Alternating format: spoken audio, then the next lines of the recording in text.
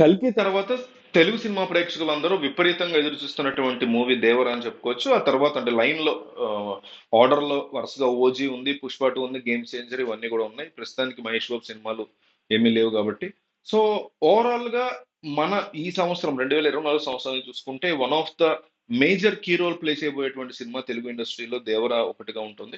అయితే ఈ మూవీకి అనుకోకుండా జూనియర్ ఎన్టీఆర్ ఫ్యాన్స్ కి ఈ టైంలో మిడ్ నైట్ బ్యాడ్ న్యూస్ ఏంటంటే ఈ మూవీకి సంబంధించి దాదాపు ట్రైలర్ రావడానికి ముందు, అంటే ట్రైలర్ నేను ఈవినింగ్ అది వచ్చింది, నేను ఈవినింగ్ ట్రైలర్ రావడానికి ముందు 8,80,000 గ్రాస్ వసూలు ఈ మూవీ చేయగలిగింది ట్రైలర్ రావడానికి ముందు. అయితే ట్రైలర్ వచ్చిన తర్వాత చాలా షాకింగ్ గా $9,60,000 కి సినిమా ఆగిపోయింది.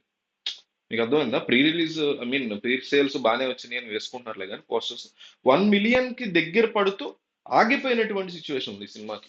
అంటే almost cinema 1 million pre sales అవ్వాల్సి ఉన్న సినిమా ట్రైలర్ తర్వాత స్లో అయిపోయింది. అప్పటి వరకు కూడా టీజర్ చాలా ఎక్సలెంట్ ఉంది. అనిరుద్ధ్ మ్యూజిక్ ఎరగదీశాడు టీజర్ లో. కానీ ట్రైలర్ విషయానికి వచ్చేసరికి అనిరుద్ధ్ డిసప్పాయింట్ చేశాడు.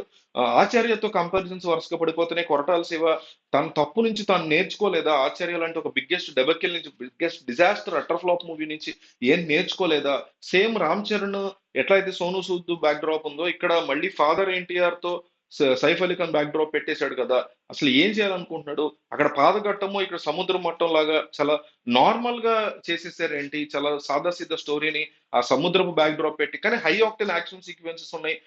సొరచేప థింగ్ కావచ్చు, లేకపోతే అజయ్ ఇచ్చే ఎలివేషన్స్ కావచ్చు, ఇంకా దేవర బతికే ఉన్నాడు అనేటువంటి ఒక హోప్ మనకి ట్రైలర్ లో రావడం కావచ్చు, ఇవన్నీ చాలా పాజిటివ్ గా ఉన్నాయి. కానీ ఎందుకో మరి ఇప్పటి వరకు చాలా ఎక్సైటెడ్ గా ఉన్నటువంటి ఏమంటారు వాళ్ళని, ఎన్ఆర్ఏ ఆడియన్స్ అనుకోవచ్చు, USA audience, north America audience, వీళ్ళందరూ కూడా ఇప్పుడు సడన్ గా డ్రాప్ అయిపోయినటువంటి పరిస్థితి. సినిమాకి సంబంధించినటువంటి collections I mean pre sales ఒక్కసారిగా పడిపోవడం కాదు కానీ ఆగిపోయినాయి, స్టాగ్నెంట్ అయిపోయినాయి. ఎందుకు అట్లా స్టాగ్నెంట్ అయిపోయినాయి అంటే మనకు సమాధానం ట్రైలర్ వచ్చిన తర్వాత బుకింగ్స్ ఒక్కసారిగా డ్రాప్ అయినాయి అనేది చాలా బిగ్ బ్యాడ్ న్యూస్ గా కనిపిస్తుంది జూనియర్ ఎన్టీఆర్ ఫ్యాన్స్ కి. బట్ నేను హోప్ఫుల్లీ ఏంటంటే కొరటాల శివ అనేటువంటి వ్యక్తి ఒక top notch direct writer. First of all writer నుంచి డైరెక్టర్ అయిన వాడు డెఫినెట్లీ తన తప్పును తెలుసుకుంటాడు. త్రివిక్రమ్ శ్రీనివాస్ లాగా అజ్ఞాతవాసి తర్వాత వచ్చినటువంటి అలవైకుంఠపురం కావచ్చు, జూనియర్ ఎన్టీఆర్ మూవీ వచ్చిన ఫ్యాక్షన్ మూవీ అరవింద్ సమేత అది కావచ్చు, ఆ కావచ్చు, లేకపోతే అంటే తన తన తప్పేంటి, తన ఇబ్బంది ఏంటి తెలుసుకోగలుగుతాడు ఒక రైటర్ అనేవాడు అని నా ఉద్దేశం. బట్ స్టిల్ అదే త్రివిక్రమ్ గుంటూరు కారం లాంటి బిగ్గెస్ట్ డెబకిల్ కూడా తీసాడు, అది వేరే విషయం.